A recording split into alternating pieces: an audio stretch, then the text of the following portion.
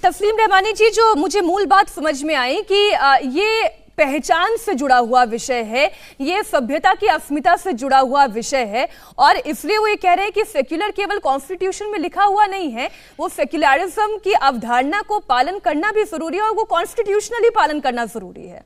तस्लीम रहमानी जी, देखिए, पहली बात तो मैं कहूँ कि आपने कहा कि बहुत पढ़े लिखे लोग हैं, मैं सबसे कम पढ़ा लिखा हूँ यहाँ पर, आप देख ही रहे हैं। वो राकेश जी भी अभी सांसद हैं और प्रोफेसर भी हैं, बाकी सब भी प्रोफेसर्स हैं। मैं हिस्टोरियन नहीं हूँ और मैं लीगल एक्सपर्ट भी नहीं हूँ, मैं एक पॉलिटिकल एक्टिविस्ट हूँ, सिर्फ, इससे ज़्यादा कुछ नहीं। और उस हैसियत से मैं कहना चाहता हूँ कि जिस सभ्यताई आप अस्तित्व की बात कर रहे हैं, जिस तहजीबी शनाख्त की आप बात कर रहे हैं, मैं उससे इनकार नहीं कर सकता। ये मुल्क तहजीबी शनाख्त का मुल्क ही रहा है और हमेशा से 10,000 साल से तहजीबी शनाख्त का मुल्क रहा, आज भी तहजीबी शनाख्त का ही मुल्क है। जिस पर आपने जब राहुल गांधी ने इंटरव्यू में अपने कहा कि हम कॉन्फेडरेशन है, तो आप ही को एतराज़ हुआ। हालांकि हमारा साउथ का बिल्कुल अलग एक सभ्यता है, हमारे नॉर्थ के अलग है, नॉर्थ ईस्ट के अलग है, वेस्ट के अलग है। हम सभ्यताई इकाई बन गए हैं उस नुक्ता नजर से, लेकिन हमारा एक फेडरल स्ट्रक्चर भी है, इसमें कोई दो राय नहीं। अब आप आक्रमणकारी की बात करते हैं, आक्रमणकार यहां पर अगर हुआ होता तो यहां पर तो पूरा का पूरा ये सभ्यताई स्वरूप बदल गया होता, जैसे इंडोनेशिया में बदल गया, जैसे मलेशिया में बदल गया, जैसे सऊदी अरब में बदल गया, जैसे ईरान में बदल गया। भारत में भी 700 साल तो बहुत थे ये सब कुछ करने के लिए। आज जो सवाल उठाए जा रहे हैं, राकेश सिन्हा जी राजनीति के आदमी भी हो गए हैं, ये जानते हैं 1989 का जो आपका पालनपुर का रेजोल्यूशन है, 10 जून 1989, वो रेजोल्यूशन बहुत साफ आपने ये कहा है कि हम इस सभ्यता को बरकरार रखने के लिए और इस इक़्तिदार को बरकरार रखने के लिए हम कोर्ट का आदेश तक नहीं मानेंगे, क्योंकि कोर्ट का ये अधिकार नहीं है कि वो इन तमाम चीजों को कबूल करे। तो आप इस हद तक गए। और आज भी ज्ञानवापी के मामले में मैं साफ कहता हूं, खुल के कहता हूं, बगैर किसी डर के, बगैर किसी खौफ के, कि 1996 में जो महिलाएं ज्ञानवापी में पूजा करती थी, वो उनका राइट आज भी उतना ही है जितना 1996 तक था। 4 मरतबा आपकी सरकारें बनी, मुलायम सिंह यादव ने गलत किया, पूजा का अधिकार वहां पे रोक के। 4 सरकारें आपकी बन गई, कल्याण सिंह जी की, राजनाथ सिंह की, पूरा टर्म हो गया योगी जी का। एक नोटिफिकेशन की बात थी सिर्फ, आप एक नोटिफिकेशन करके उनका पूजा का अधिकार बहाल कर सकते थे,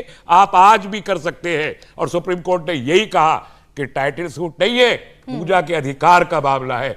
आज भी योगी जी एक नोटिफिकेशन कर दे तो ये सूट खत्म हो जाएगा और वो महिलाएं, वो श्रद्धालु महिलाएं वहां पूजा कर सकती है। 1996 की उस पोजीशन को बहाल किया जा सकता है, मगर आपकी राजनीति खत्म हो जाएगी अगर आप ऐसा करेंगे। सवाल और ईदगाह को लेकर आपको क्या लगता है, ईदगाह में सर्वे हो जाना चाहिए? नहीं, आप सर्वे, आप इन्होंने 3 नाम लिए, 30,000 मस्जिदों की फेहरिस्त इनके पास मौजूद है, बार बार बोला भी जा रहा है। आज टीपू सुल्तान के मज़ार पर भी एक दावा हो गया, ताजमहल के ऊपर भी हो गया, कुतुब मीनार के ऊपर भी हो गया। तो क्या इस देश में, अगर ये मान लूं मैं थोड़ी देर 1 मिनट के लिए कि सारे के सारे ये आक्रांता थे, बाबर से लेके हुमायूं तक और कुतुबुद्दीन ऐबक से लेके सब कुछ था, तो आप क्या कर रहे हैं? मेरा सवाल आपकी सरकारों से है, मेरा सवाल अटल बिहारी वाजपेयी जी की सरकार से, और मेरा सवाल आज नरेंद्र मोदी जी की सरकार से है कि आप क्या कर रहे हैं? आप भी औरंगजेब बनना चाहते हैं क्या? 21वीं सदी का औरंगजेब भारतीय जनता पार्टी की सरकार बनना चाहती है? ये जवाब राकेश सिन्हा जी को देना होगा। बिल्कुल, मैं राकेश जी इस पर आपसे जवाब लूं, उससे पहले अब कुछ इतिहास की भी हम चर्चा कर लेते हैं, क्योंकि आप ICHR के डायरेक्टर भी हमारे साथ जुड़े हुए हैं, ओम जी उपाध्याय जी। अब मुझे ये बताएं कि ये जो कागजी सबूतों की बात है, कागजी सबूतों की बात में ये हिंदू पक्ष का दावा कितना जायज नजर आता है और कितना कमजोर नजर आता है? देखिए, सबसे पहले मैं बात मुस्लिम पीरियड से ही शुरू करता हूं। महमूद गजनी जब भारत आता है, महमूद गजनवी का मीर मुंशी है अल उतबी, वो एक किताब लिखता है तारीख़ यामिनी। तारीख़ यामिनी में वो उस पूरे मंदिर परिसर की भव्यता का बहुत ज़बरदस्त तरीके से उल्लेख करता है कि कृष्ण जी का मंदिर, भगवान श्री कृष्ण का मंदिर कितना भव्य था। उसके महमूद गजनी ने कहा था, जिसको वो कोट करता है, कि इसको अगर आज बनाया जाए तो 10 करोड़ दिनार इस पे खर्च होगी, 200 साल, उस वक्त 10 करोड़ दिनार, और कम से कम 200 साल का समय लग सकता है। अब आप उसकी भव्यता का अंदाजा लगाएं। लेकिन 1018 में वो मंदिर तोड़ दिया जाता है, उसी के द्वारा ये तोड़ दिया जाता है। और उसके ये किसके कार्यकाल में तोड़ा गया?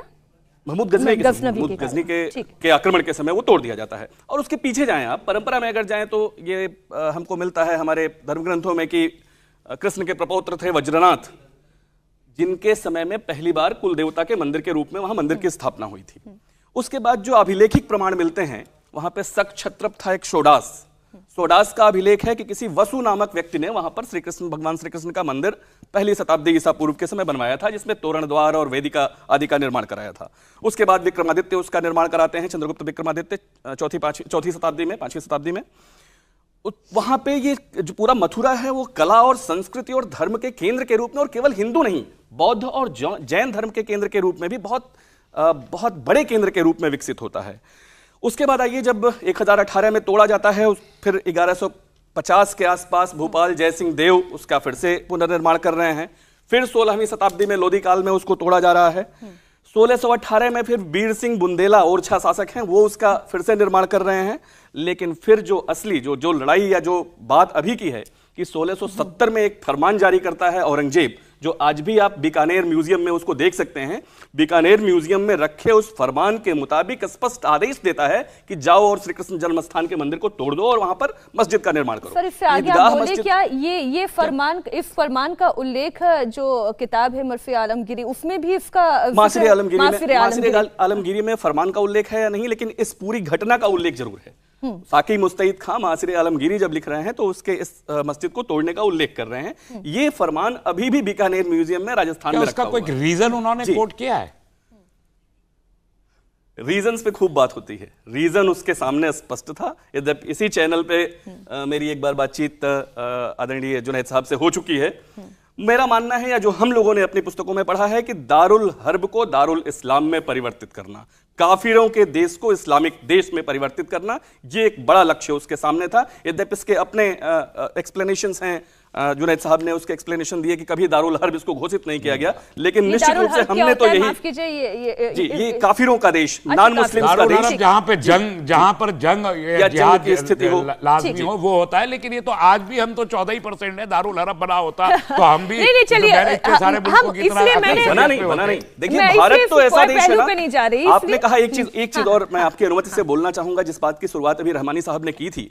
मैं बहुत की फेडरल स्ट्रक्चर भारत का, मैं आपको बताऊं, अपने दर्शकों को बताऊं कि भारत के बारे में इतना जबरदस्त स्यूडो इंटेलेक्ट्स ने, यूरोपियन स्यूडो इंटेलेक्ट्स ने स्थापित करने का प्रयास किया कि भारत तो कभी साहब एक राष्ट्र रहा ही नहीं, भारत तो कभी एक देश रहा ही नहीं। ये तो बहुत सारी सभ्यताओं का, बहुत सारी संस्कृतियों का समुच्चय भर है, जोड़ दिया गया है। भारत की जो सांस्कृतिक अस्मिता थी, जिसका जिक्र भी आदरणीय राकेश सिन्हा जी कर रहे थे, कि जो सभ्यताई पहचान है हमारी, जो सांस्कृतिक पहचान है, उसको हमेशा दरकिनार करने का प्रयास किया गया। मैं आपको बताऊं कि 1600 साल पहले गुप्त काल में जब विष्णु पुराण संकलित हो रहा है, तो आज की अवधारणा है पूरे दुनिया में कि नेशन क्या है? Nation is nothing but a feeling of oneness. राष्ट्र एक होने का भाव है। और उस समय हमारा विष्णु पुराण चिल्ला के ये कह रहा है कि उत्तरम यत् समुद्रस्य हिमाद्रेश्चैव दक्षिणम वर्षम तद भारतम नाम भारतीय यत्र संतति, कि हिमालय के दक्षिण यानी नीचे और समुद्र के ऊपर का जो पूरा भूभाग है वो भारत है, एक है।